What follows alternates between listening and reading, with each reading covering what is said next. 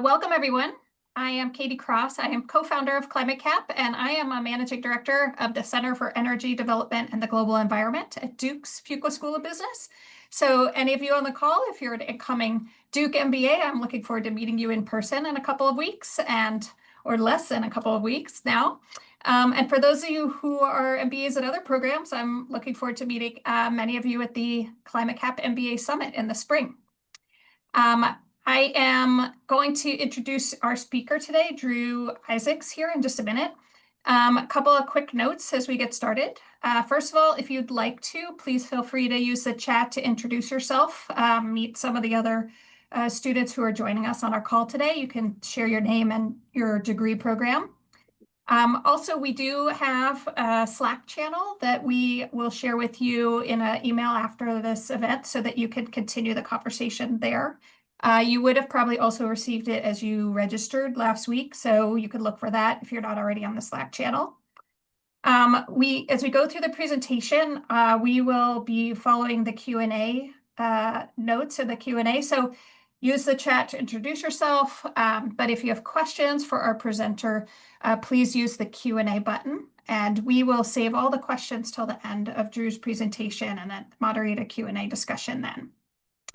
I'm also joined on the call today by ClimateCAP program lead Jessica Wingert, who some of you may already know, and our volunteer Gabby Bunnell, who will be helping us monitor the chat and handle questions about technical difficulties. So please feel free to let any of us on the team here know if you're having trouble. For this session, we are incredibly lucky to have Andrew Isaacs from Berkeley's Haas School of Business to lead our session today. Drew has been teaching a class at Berkeley on this topic for a number of years, and when he presented this material at the ClimateCAP MBA Summit earlier this spring semester, it was definitely one of the highest rated sessions for the whole event. So I'm excited to jump into this conversation with Drew. Before we do that, just one more note from me. At each of our sessions, we like to introduce a little bit about a taste of what we're doing at ClimateCAP.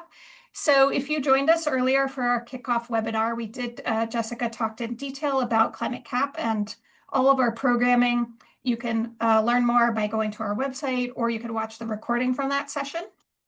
But I'll just highlight one of our programs specifically, and that is the ClimateCAP MBA Summit. So this is our flagship event. Every year, we bring together over 400 MBA students in person from across the US and internationally to learn and network and engage on different topics related to climate and business risk and opportunity.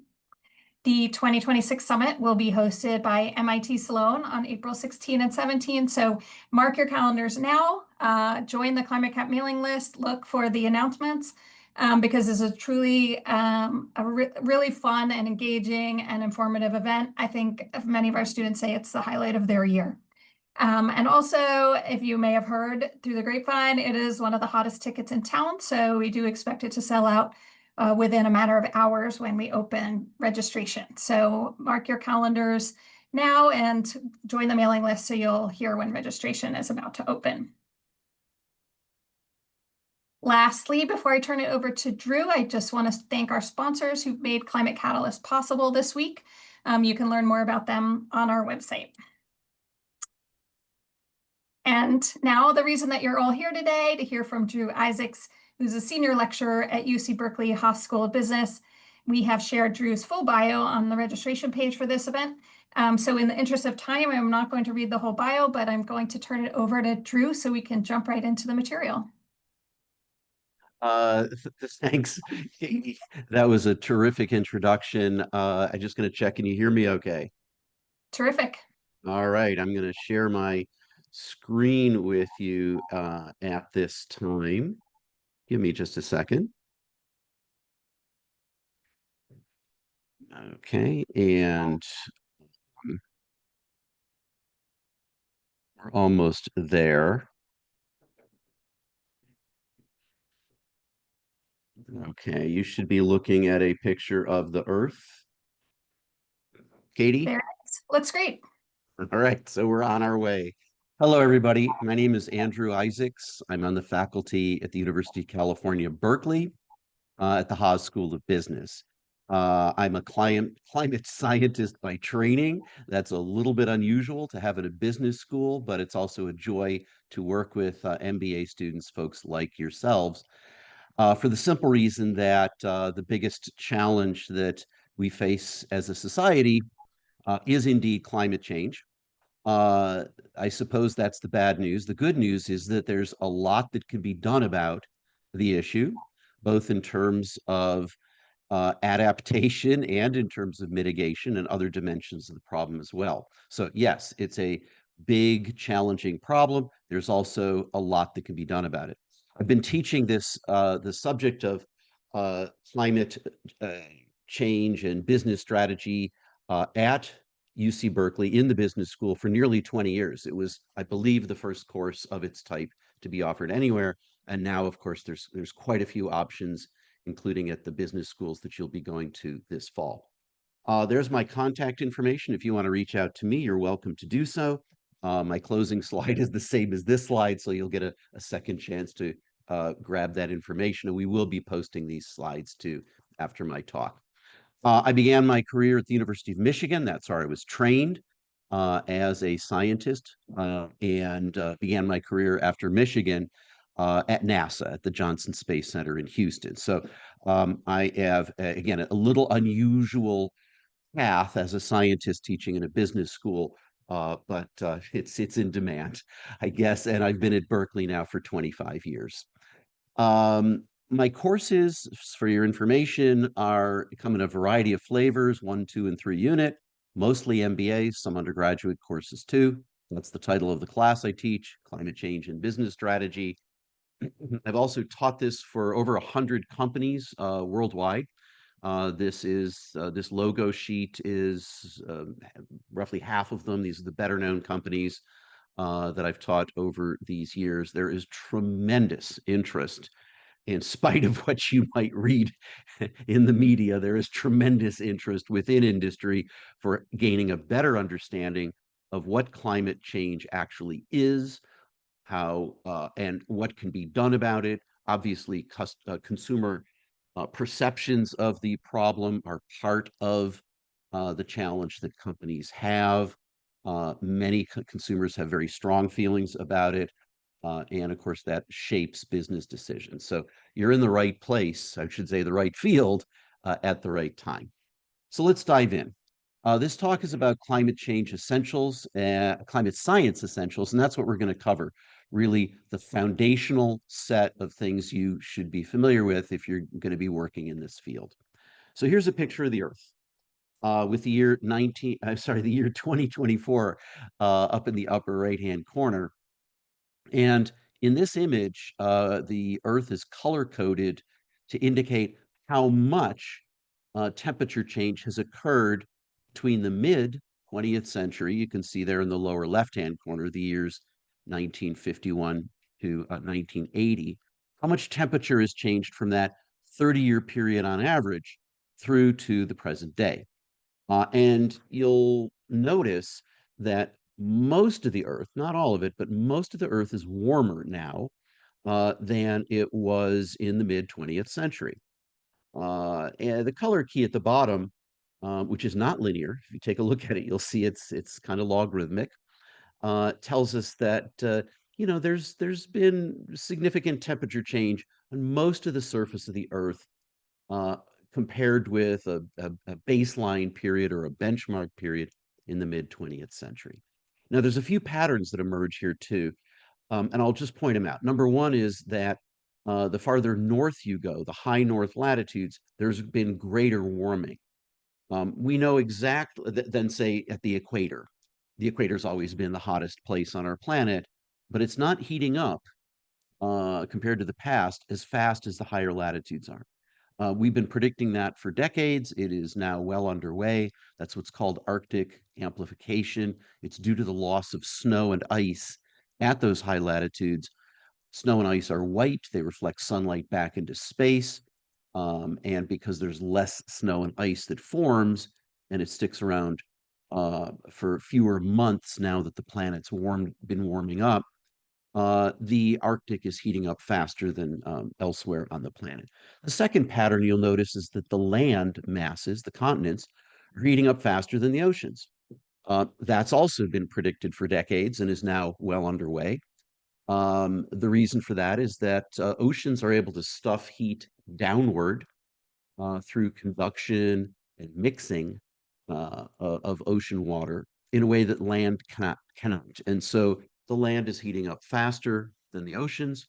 That's extraordinarily bad news because of the fact that most people live on the land, and in fact, most life on Earth is on the land.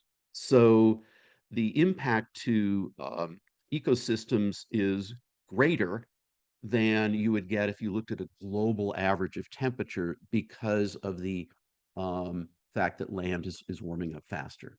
There's a couple other things I'll point out and then we'll move on. You'll see a couple of blue spots. There's one marked blue spot means that that part of the Earth has been cooling relative to the mid 20th century, and that you'll see that between Greenland and Iceland in the North Atlantic. And that's due to the fact that the ice sheet on Greenland is melting. The heating of the planet is well underway. And because that ice is melting, you have very cold meltwater flowing into the North Atlantic, cooling that channel between Greenland and Iceland. We'll see a couple other spots that are similar to that for similar reasons elsewhere. And then you'll also notice an interesting anomaly. If you look at the Indian subcontinent, you'll see that it's not heating up as much as the rest of Asia, surrounding parts of Eurasia. And the reason for that is that India burns a lot of coal, and coal is a breathtakingly dirty fuel to burn for its caloric energy. It puts a lot of soot and ash into the air. And that soot and ash reflects sunlight back into space, kind of like a parasol would, keeping India cooler than it would otherwise be. Or put another way, if India cut back on its burning of coal, India would heat up as fast as the rest of Eurasia is heating up. It would lose that canceling effect of ash. Now, nothing I've said is good news. And that's intrinsic to understanding climate change. There's really no like good news in the science, but it's a problem that can be directly understood. It's pretty straightforward. I think everything I've described thus far is pretty easy to grasp. And it's also a problem that's very addressable. So this is just sort of a taste of getting us started here. Here's a simpler way to look at it. This is global average temperature from 1850 through to the present.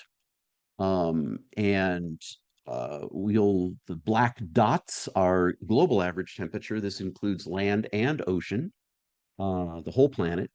And the black dots gives you the average temperature for each year for these 175 years or so. And of course, the trend is up. The red line is simply a smoothed regression line through the black dots. The blue lines just connect the dots. The blue doesn't really add anything. But if you look closely, you'll also see some vertical tick marks. Those are error bars on each one of those years. And way back in 1850, those error bars on temperature readings are quite high.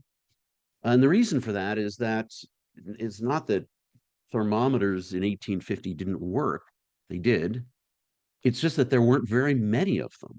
And the data on things like average temperature in London or average temperature in New York across a year, just wasn't being recorded.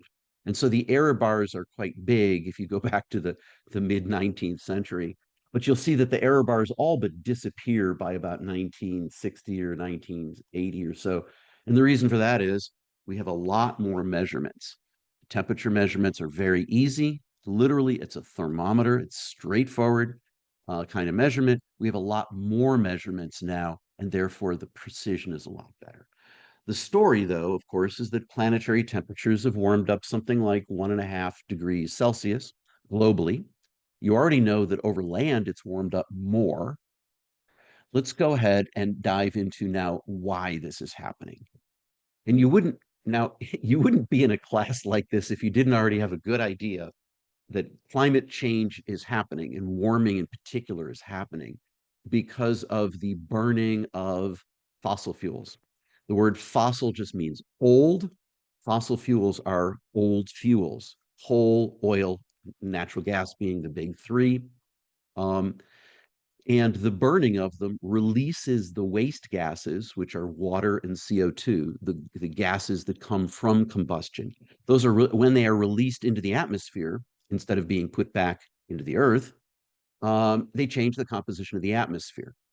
Now, if we look at global CO2 emissions from the burning of coal, oil, and natural gas over the last 125 years or so, you can see that it didn't really take off until about 1950. Interestingly, uh, up through and even a little after World War II, the burning of coal, oil, and natural gas was actually nowhere near as great as it was as it would become in the post-World War II era, which we're still in, where a rising middle class adopted lifestyles that involved burning a lot of these fossil fuels. Didn't have to be that way, but it has been that way. And it continues right through the present. The red dot is global emissions from fossil fuel combustion in the year 2024. And a year from now, we'll have data for 2025, and it's likely to be higher. Things like air travel is up a great deal this year, about 6% increase year on year of air travel. That's a significant contributor to this, as is the burning of fossil fuels for the production of electricity and and transportation and other forms. Now, I want to put a simple line through this. This is a straight line that I've added. Um, I'm not attempting to do some kind of regression. I just want it there so you can easily see that, in fact, the rise in emissions has been kind of monotonic. It's been sort of a steady slope that I can sort of draw a line through over these last 50, 75 years. This is going to turn out to be important in a few minutes when we look at CO2 accumulating in the atmosphere, because that's not linear. So keep in mind that emissions, the emissions of CO2 from the burning of coal, oil, and natural gas is continuing right through the present. It's continuing to grow at kind of a steady rate. To understand what's happening, we need to talk a little bit about how the Earth works as a planet. Here I'm showing the Earth and the Moon side by side. The Moon is not actually this close to the Earth, fortunately. You don't have to duck as it goes overhead. But the two are shown in their correct proportions. These are correctly proportioned. So the moon, as moons go, our Earth's moon is actually pretty big. Most moons are little more than a rock in orbiting its host planet. Earth's moon, for reasons I'm not going to go into, because of how it formed, happens to be quite large as moons go. Now, as planets go, Earth is a pretty small planet. And that matters a lot in this discussion. Uh, when you look at the moon, it's gray and colorless because there's no atmosphere, there's no water. The Earth is a colorful object because it has an atmosphere and quite a bit of water.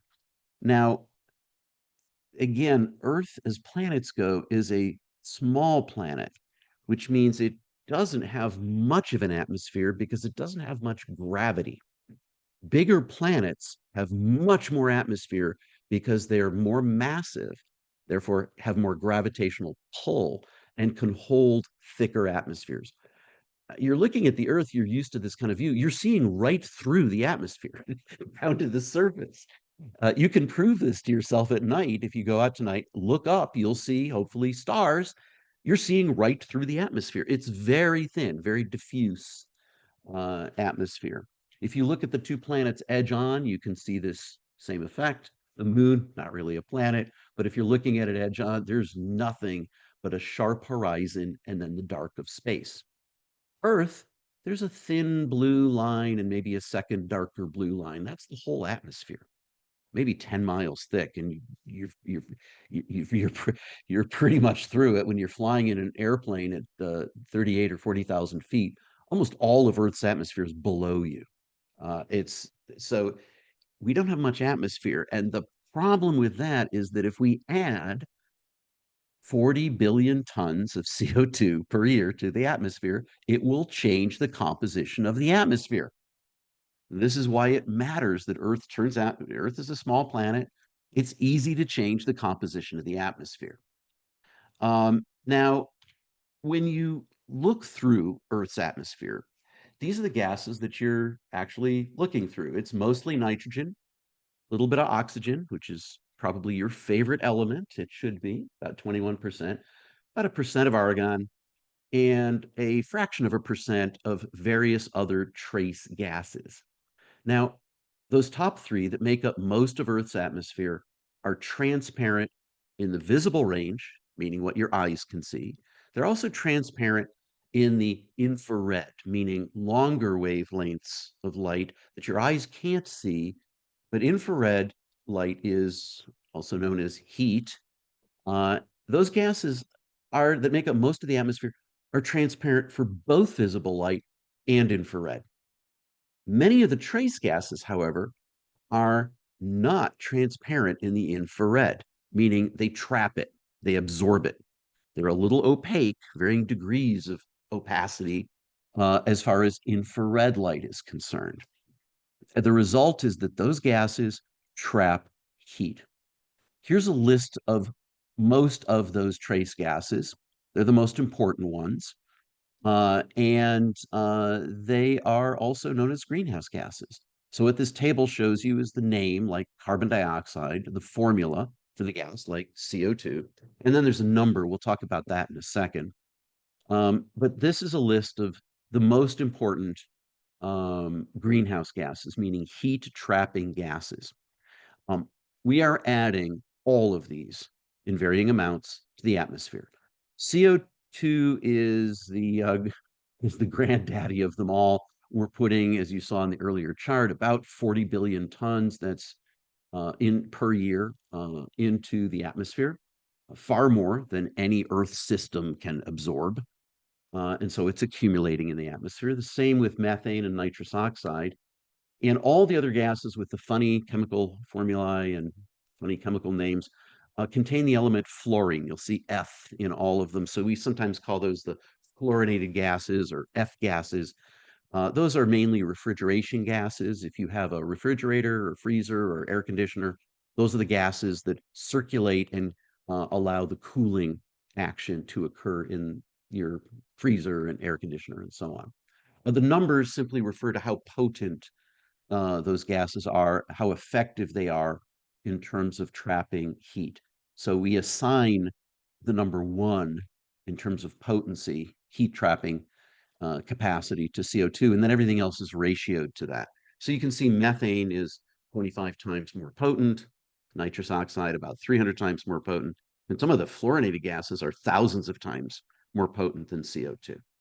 Okay, all of these are being released into the atmosphere through various activities that people like to do, like drive cars, fly planes, run air conditioners, things like that. So you've got the basic idea. Human activity involves, at least up through today, involves releasing heat trapping gases that act like a blanket into the atmosphere. The physics of how a blanket works and the physics of greenhouse gases are different, but it's a handy metaphor to use. And there's no question that this is actually occurring, and it's precisely why the Earth is heating up and some other changes are happening as well.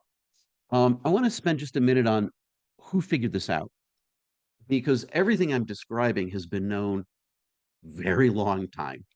For example, the first person to propose that Earth's atmosphere is trapping some heat was this person over 200 years ago, Joseph Fourier. If you've ever taken, you may have taken math classes or engineering classes and you encountered this person as a famous mathematician. He didn't do any experiments, but he said, you know, that's probably why the Earth is as warm as it is. There's gases in the atmosphere that are trapping heat. It's not completely transparent atmosphere. A few years later, another French scientist worked on this, early 1800s, didn't do any experiments, but did some mathematical treatment that said, yeah, this is probably why the Earth is the temperature it is. It's pretty far from the sun, so it should be a lot colder than it is. There must be something in the atmosphere. And he said it might be CO2 that's and water vapor. And he was correct in that.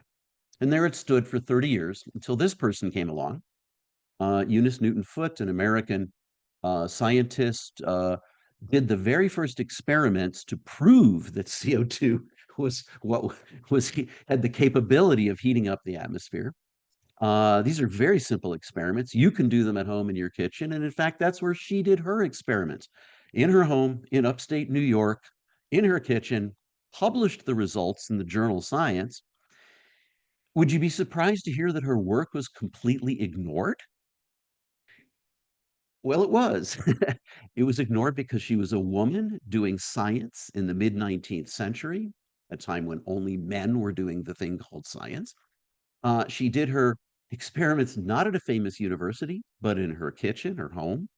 And third, she was an American, and all science was being done in Europe. And so you guessed it, 3 years later, when, when the exact same set of experiments were done in Europe at a famous university uh, by an individual named John, it showed these same experiments. This is what I learned about when I was studying this in college. I didn't even know about the prior work. Now we do. Anyways, there it sat for another 30 years until this person came along, a Swedish scientist named Arrhenius, giant in the world of chemistry, Nobel Prize winner, was the first to completely lay out in modern physical chemistry, the exact same methods that we use today, what was happening in terms of global warming, that there was the potential to change the planet's temperature by burning a lot of coal, oil, and natural gas. Uh, at that point, late 19th century, that hadn't really happened at any scale yet. He predicted it was possible, but it was the first modern scientific approach to the problem of climate change. And there it sat for about 60 years until this person came along, Charles David Keeling, professor of atmospheric chemistry at the University of California, San Diego, something called the Scripps Institute of Oceanography. And Keeling felt that we needed to have a continuous record of CO2 in the atmosphere to really understand what the potential for climate change would be. And so he and his graduate students would take samples of air outside their laboratory, literally on the beach in San Diego, analyze those samples about once an hour for CO2 content, and started tracking that. What would become known as the Keeling curve began at that time. Quickly realized you can't do this in a place like San Diego. There's a lot of people and cars, even in 1958. So he put in a grant to move his laboratory to this place, Hawaii. And I can only imagine the grant reviewers asking why you wanted to move from heaven on earth, La Jolla, California, to an even nicer place, Hawaii. But it wasn't this Hawaii. It wasn't on the beach that Keeling wanted to move his laboratory. It was this Hawaii, the giant shield volcanoes on the big island of Hawaii, Mauna Loa and Mauna Kea. He wanted to put his laboratory on the top of one of these mountains, ultimately would be Mauna Loa. And the reason for that is that these mountains stick up halfway through the atmosphere. There's nothing else nearby. You're in the middle of the Pacific Ocean. And so you're getting kind of an average global measurement of CO2 in the atmosphere. It's a great place if you wanted to have no background effect of cars and factories and things in your air samples. And that's where the lab has been since the 1950s. Here's what it looks like today. You're up on top of a mountain. There's snow year round up there. This is the Mauna Loa Observatory, where this record has been kept now for nearly 70 years. The record looks like this. I downloaded it a few days ago. This is 1 week of CO2 concentration in Earth's atmosphere. Horizontal axis is time for the week ending July 11th, so about a week or so ago. Vertical axis is CO2 concentration in parts per million. This is, again, the most important greenhouse gas. Accounts for about 2/3 of climate change, CO2 does. And it's kind of flat. We're only looking at 1 week. Let's look at a month. Here is 1 month of the Keeling curve, right through to the present. So going back into from mid-June to mid-July, roughly. And you can see a little bit of a downward trend if you look carefully. There's a lot of zigzags and noise, as is typical for this kind of measurement, but you can just see a very faint downward trend there. Here's 6 months, ending again right about now. So this is starting in January of this year, right through to the present. There's the trend of CO2 in Earth's atmosphere, and you can see it rising from winter time and then starting to fall in early summer. And again, this is all current data. Here's 1 year of the Keeling curve. Now, in this case, we're looking back to 1 year ago, to summer of 2024. And you can start to see sort of a sinusoidal form, although it's not really a sine wave. It does have a wave form to it where CO2 drops during the summer months and then rises during the winter months. And if you've ever taken a biology class, you know exactly why this is happening. It's because plants, green plants, when they photosynthesize, take CO2 out of the atmosphere. And then when they die in the wintertime, those grasses and plants die, leaves fall off of trees and decay, and the CO2 goes right back into the atmosphere.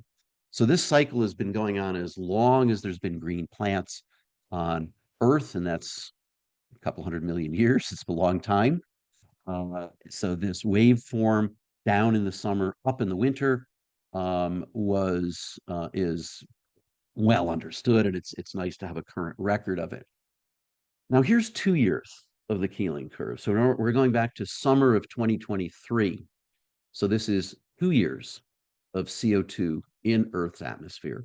And you can clearly see that waveform down in the summer, up in the winter, down in the summer, up in the winter. But if you look closely, you'll notice another pattern. And that is that the highs are getting higher and the lows are getting higher. That's us. That's not green plants. That's not photosynthesis.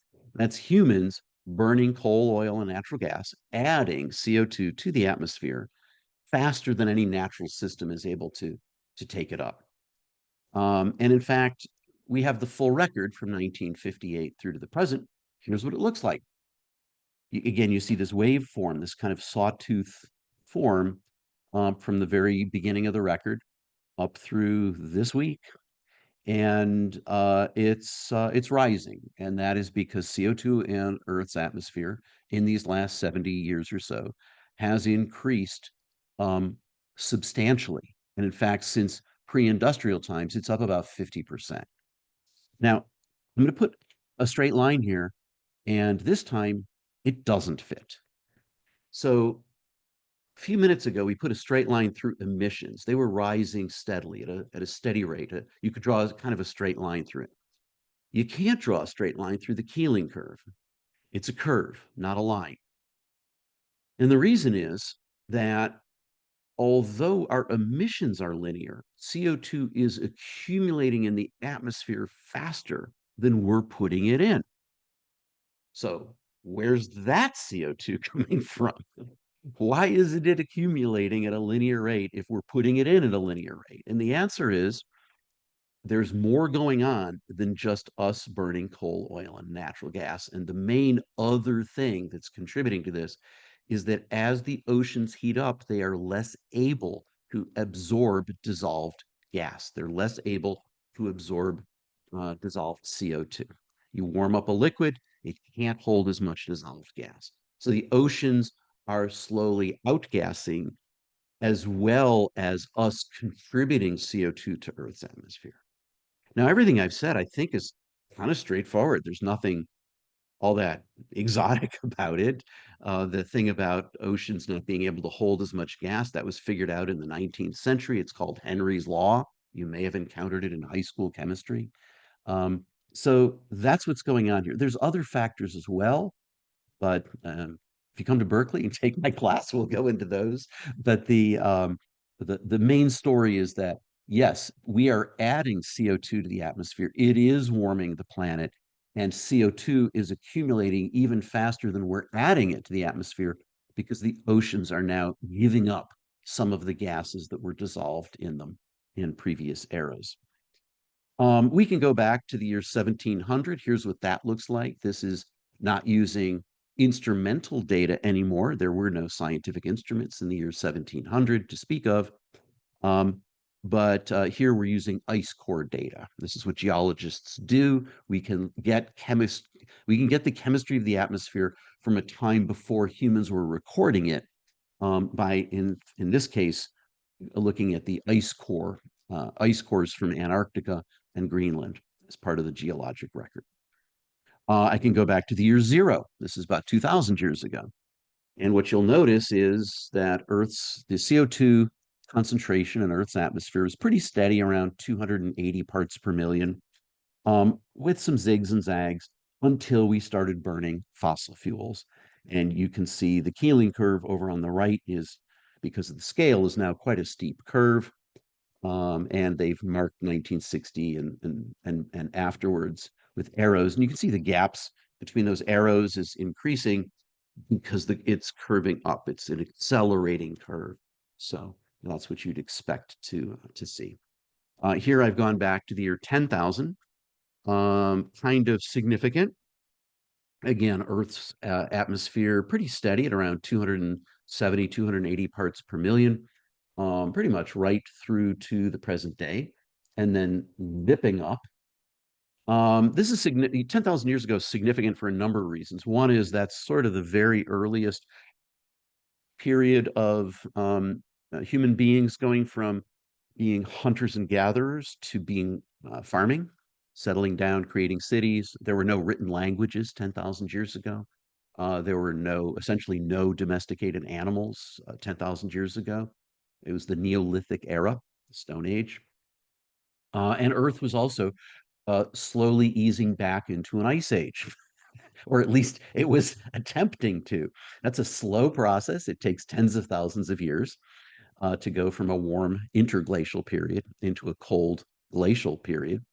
And you can see the beginning of this curve that the curve is slowly going down. CO2 is diminishing in the atmosphere, and then it starts to rise.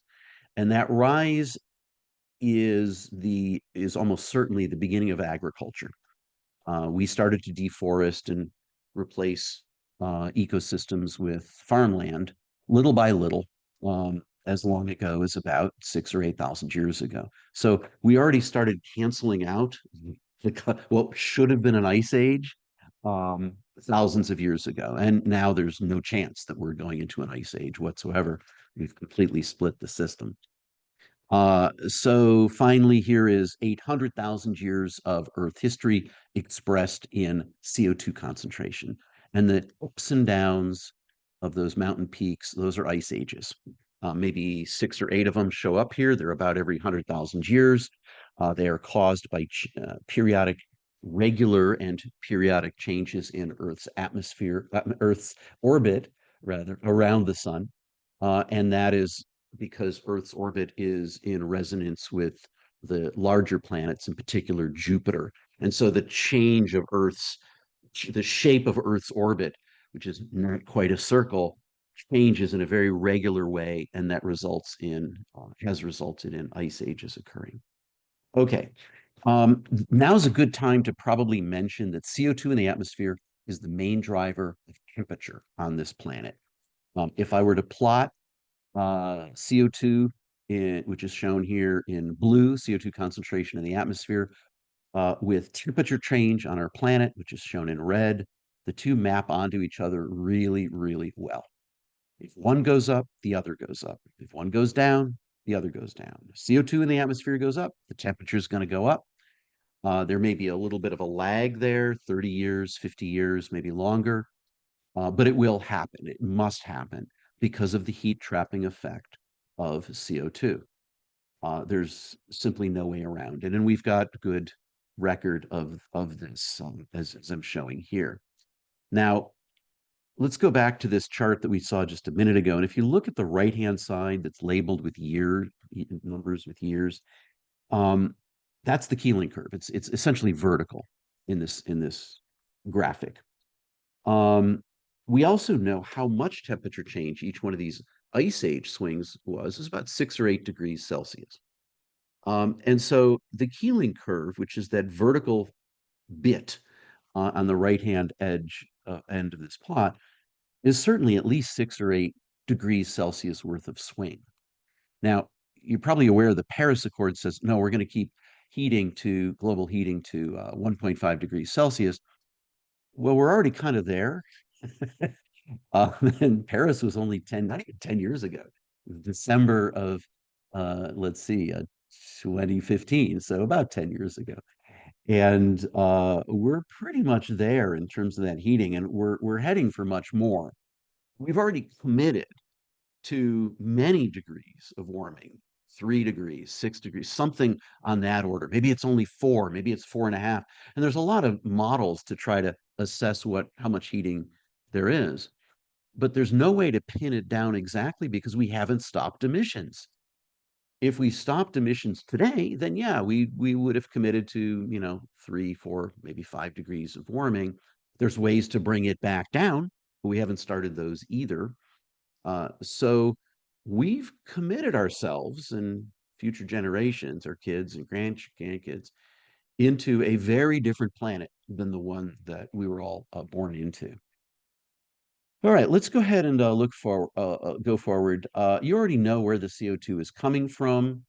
These are the chemical reactions that show it. I'm just going to skip those.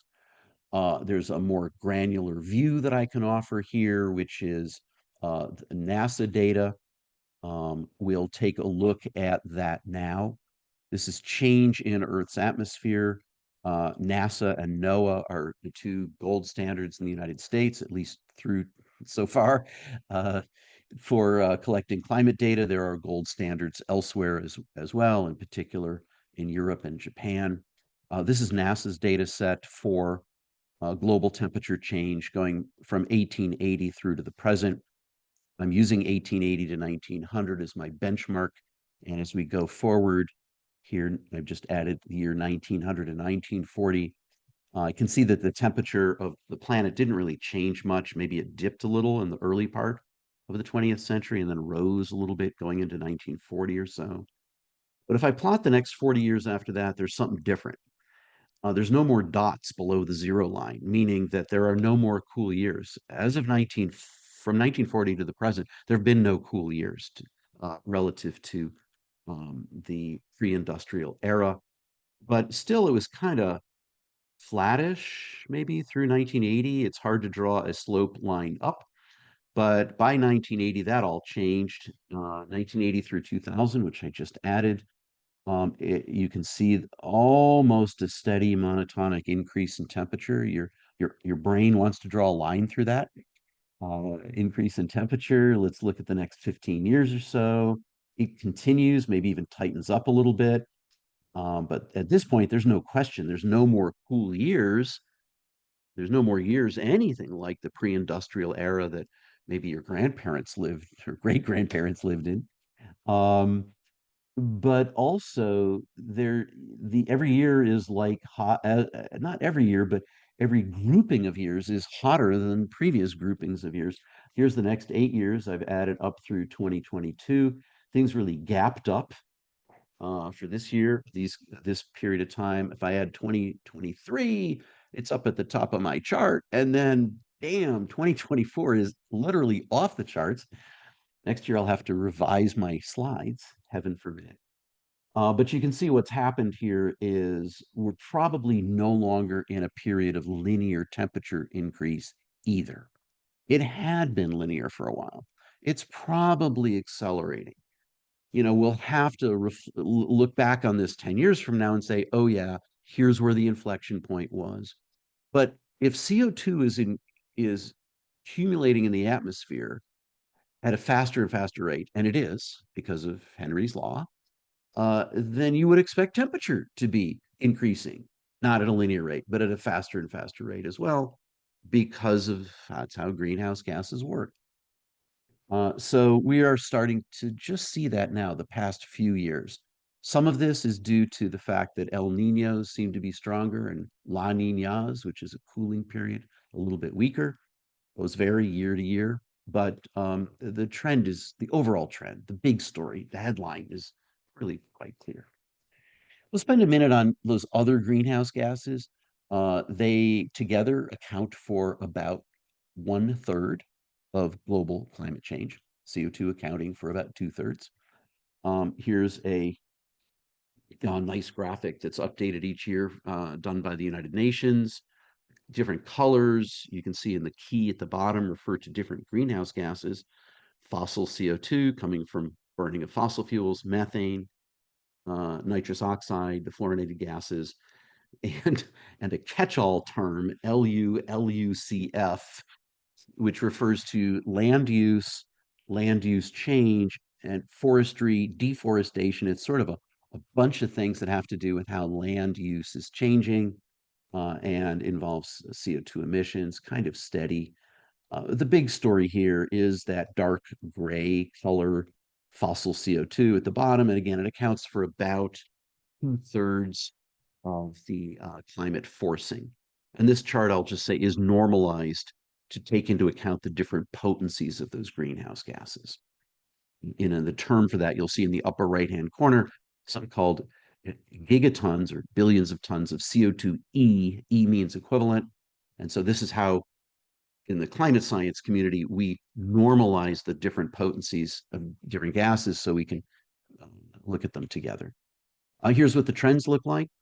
The upper left-hand chart is carbon dioxide. You've already seen that. That's the Keeling curve. Just below it is methane. Methane is being released into the atmosphere through beef and dairy production, and also through farming practices and to some degree, landfill use, and also through leaking natural gas lines, leaking oil wells, coal mining, and some other things too. So it sort of boils down to two main causes: beef and dairy production, and then the other main cause being fossil fuel production. Upper right-hand corner, nitrous oxide, that is mostly, we are adding that to the atmosphere as well. It's a very potent greenhouse gas, and that's mostly from the overuse of nitrogen fertilizer in farmland. Lower right-hand corner are some of those fluorinated gases. It's a really complicated story about what's going on there. But that one is slowly getting under control. It's one area where that is definitely progress is being made. Okay, so what lies ahead? We'll wrap this up and go to the Q&A. Well, so it used to be, as recently as just a couple of years ago, that we would plot temperature increases on the planet linearly. And this matters because as the planet heats up, which it's doing year by year, will continue to, it drives stronger storms, flooding, more extreme weather events, certainly coastal inundation due to storms and a little bit due to sea level rise. And, so insurance models and things like that would say, well, it's just going to get worse and worse in kind of a linear way. But we're starting to think that's not really accurate. It's probably accelerating a little bit. This is what a more up to date, this is as of June 2025. So it's like only a couple weeks old model. Looks like you'll see the curve you've already seen for the heating of the planet, about at 1.5 degrees C. Again, that's the Paris number after all. And those green and red bars at the end indicating where this year, 2025, will wind up. And if your eyes are really good, you can see that that red regression curve is starting to show non-linear behavior. In other words, we're starting to see a little bit of a curve up. Probably that's more than just El Nino.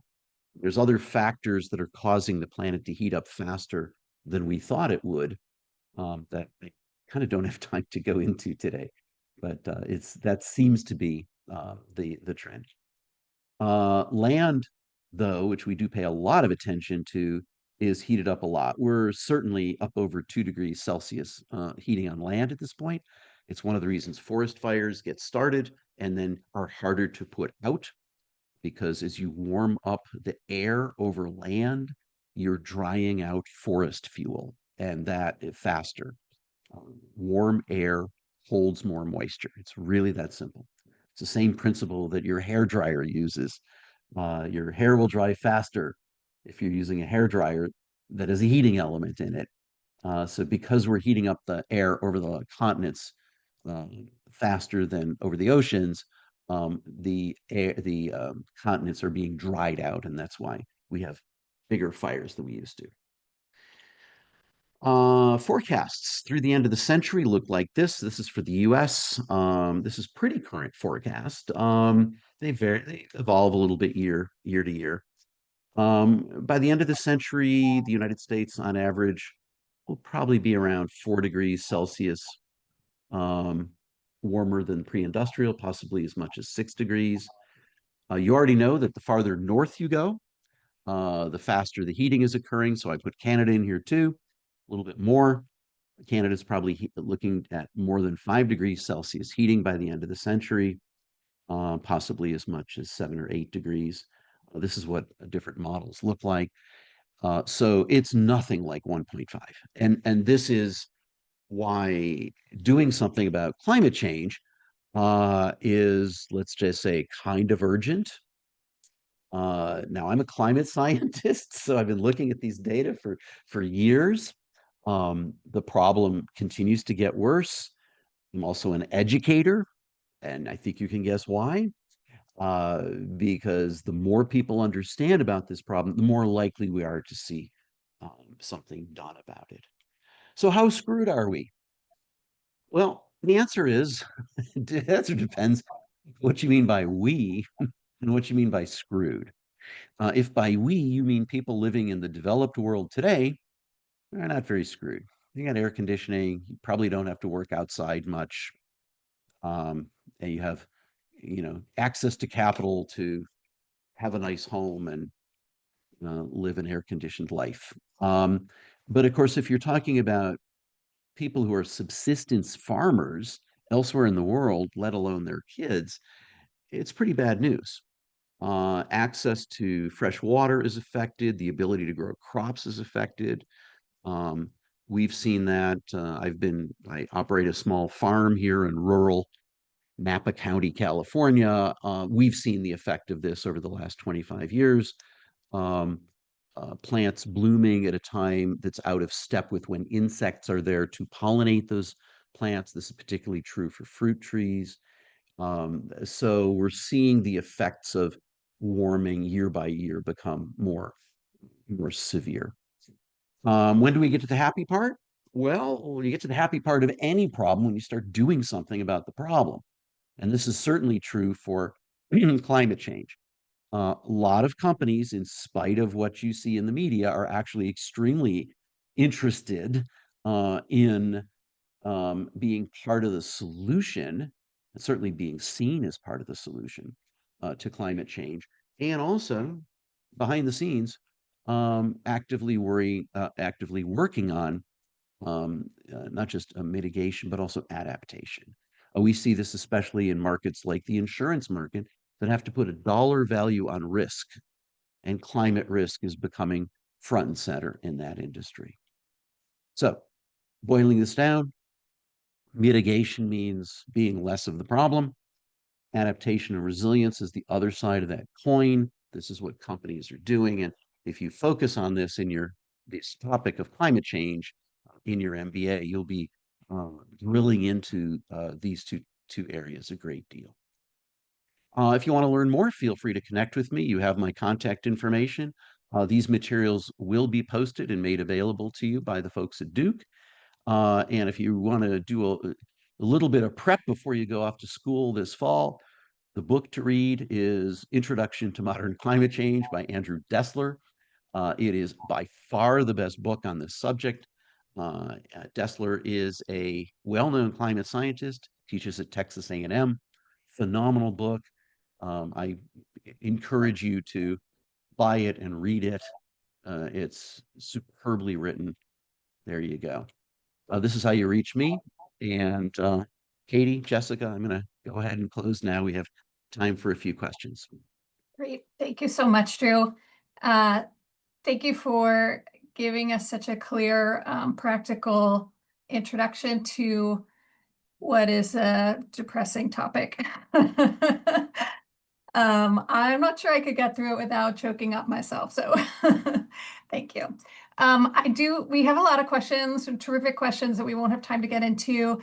A lot of questions focus on sort of solutions, which I'm hoping that for all of our participants here today, they will stick around for any of our following sessions, including the next one, which will be about decarbonization and how do we get to some of those answers. I think the one question that would be pertinent for students before we move into that conversation, those conversations about decarbonization, is can you please tell us just a little bit more about what the actual impacts are? We know it's going to get warmer, and you talked about sort of the forest fire fuel, and you talked about maybe the growing regions, but I think that the impacts of climate change are pretty far reaching, and might be nice for you to sort of enumerate what those impacts would be as our MBAs are thinking about that. The impact of climate change is enormous, and I'm gonna stick with just the effects of heat. There's other effects too. We are acidifying the oceans, for example, which will eventually mean that the oceans won't be the source of food for humans that they are right now, let alone the ecosystem damages from that. So I'm going to ignore those in the interest of time and talk about heat. They are wide ranging. Um, Summers are now so hot in so much of the world that things like rescuing people by helicopter can't be done because helicopters can't get as much lift in very hot air. I did work recently with a group that does this in Australia, and where there's not a lot of roads in the outback, they have to use helicopters, and they can't above certain temperatures. We had people die in California last summer who foolishly went hiking in Death Valley in the summer, but they couldn't be choppered out because helicopters could not lift them out. There, you don't have enough lift in hot temperatures. So people don't think about those things, the impact on others, but it's real. Broader impacts are things like agriculture. If you have very high temperatures, you have to put more water on plants to keep them from dying. And that's one of the strong connections between climate change and agriculture is the fact that the only way to keep growing is to either put shade cloths over your crops, which is actually being done now for certain expensive crops like wine grapes, or spray the crops with titanium or other things like you might wear if you were a lifeguard out in the sun all day long to prevent the plants from burning, and of course give them a lot more water to keep them from getting parched. So that agriculture is right front and center with that. There's also the fact that fires tend to put a lot of particles into the air, which means air purification systems become more necessary. You may have them in your homes already for purifying the air with a HEPA filter, perhaps. And then finally, the fact that at very high temperatures, power grids don't work very well, which means the power goes out more often. Here where I live, we're not that rural. We've had power outages as long as 4 months where the grid is down due to fires in the area. Now, we long ago went solar, we long ago had batteries, and so, we live our lives, but that's because we're not poor. So we can afford solar and batteries. And so one way I usually I'll summarize this is that if you change the climate, if you destabilize the climate, you destabilize the entire economy. And if you destabilize the economy, you also destabilize society. So there's no question that as we heat up the planet, it affects things like food, it affects things like air quality, it affects the things like the ability of grids to deliver power. If you're in the construction business, it means your folks can't work outside during the day. There's a interesting climate related startup, if you're interested. Uh, I think it's called Bedrock, which just got $80 million for automate. Basically, it's AI construction equipment. So these are in the same way that Waymo is a self-driving car. Why not self-driving excavators, bulldozers, backhoes, and the like? Because then they can operate at night without people around. Okay, so that's the sort there's all kinds of interesting angles that and opportunities for work in climate that go beyond the sort of traditional, use fly less, eat less beef, some of those things. All of that's true, but there's very innovative solutions that don't look exactly like climate mitigation, but in fact are. Excellent. I'm going to just share our screen. I have so many more questions, but we are out of time, unfortunately, for this session. We're hopefully all of you will continue the conversation on Slack, join us for upcoming sessions. Our next session is about decarbonization strategies. So I want to thank you for queuing up the conversation so well. Drew, I'm gonna sleep even a little less soundly tonight than I would have even yesterday as someone who studies this. But obviously, Call anytime, okay? Therapists are standing by. that's right. I do hope our MBAs will be motivated to act now, right? To take action and to devote your time and attention and creative minds to working on solutions to climate. So hopefully this is just a start of a good conversation. I hope you will join us for our next couple of sessions today and over the course of the next 2 days. Thanks everyone for being here today.